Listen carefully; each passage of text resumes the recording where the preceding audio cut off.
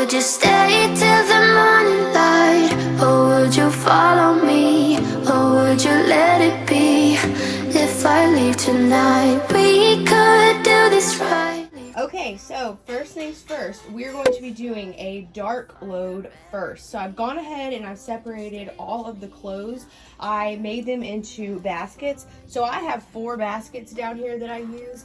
This is for my bright colors, this is for the darks, this is for the towels and blankets, and this is for my whites. So it makes it really super easy to separate everything. As I bring things in here, I put them into the correct basket. And now I have dumped out the dark basket for as many clothes as I can, because you do not want to overstuff the washer. That is one of the top rules. And I do put my reds in with the darks. I'm not even sure if that is correct or not, but I would just rather, if for some reason the reds did bleed, I'd rather them bleed onto my dark clothes rather than my light clothes or any of the bright clothes, if that makes any sense. Okay, dark clothes are in. We don't have it too full. You can still see there's some space in there. You do not want to overfill it. You don't want anything to be, coming out of the top or anything like that. You want to make sure that all that detergent can really get in there and get all of those clothes clean. I am going to be using the Arm & Hammer Sensitive Skin today, and I just do 1 full capsule of that, and then I just use the Publix brand of the fabric softener, and then I just do half a cup of that. I don't always use the fabric softener with the dark clothes, but today I was just going to use it just so I can show y'all. And I'm just going to pour both of these into the dark clothes, and then once that's done, I will show y'all the settings. Oh, I know that you feel it too. I know that I told you.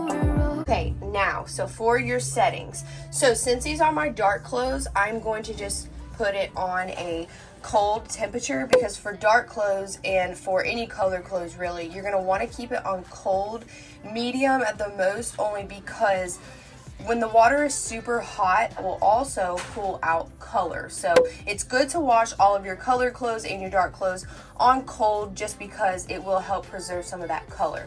Now I'm going to be doing a medium soil level today, because I do have some of my husband's work clothes in here, so I just want to make sure that I can get some of those not so nasty.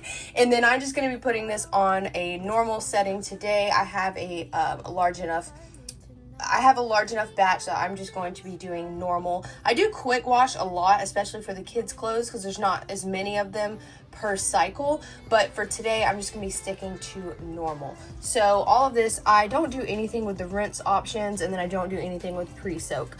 So all I do, everything's ready to go. I got all my stuff in there, so I'm just going to hit start. And that's that for the dark clothes. All right, so clothes are all done. And now we're going to take all of the clothes and put them into the dryer. So before we do this, I want to just show y'all. So this little compartment right here, sometimes it'll be on top, sometimes it will be right here in the dryer. But this comes out just like this. See, it has a little handle on it. And this will have some lint on it. Make sure you're cleaning this in between each dry cycle, only because each load is going to fill this up with lint, and then if you do not clean it, the next load is not going to get dry as fast, and you do not want all of this lint in there just flying all around with all of your clothes. So this is how you clean it. You see what I did? You just take your hand, and once you get a ball of it, you can just use the rest to do this. And then a lot of people, once this does get see there's little things in there, you can run this under water and it'll clean it out right away. Make sure it's completely dry when you put it back in there. So then you just put it back in the same way it came out. Yuck.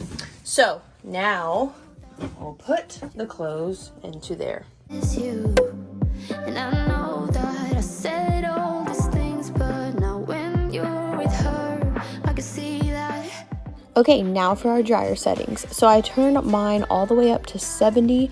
I will keep the temperature on medium, and then the cycle signal and the wrinkle shield, they are already automatically pointed to on and to 90 minutes. So all you have to do is just click that cycle signal button to turn it on, and ta-da, there you go.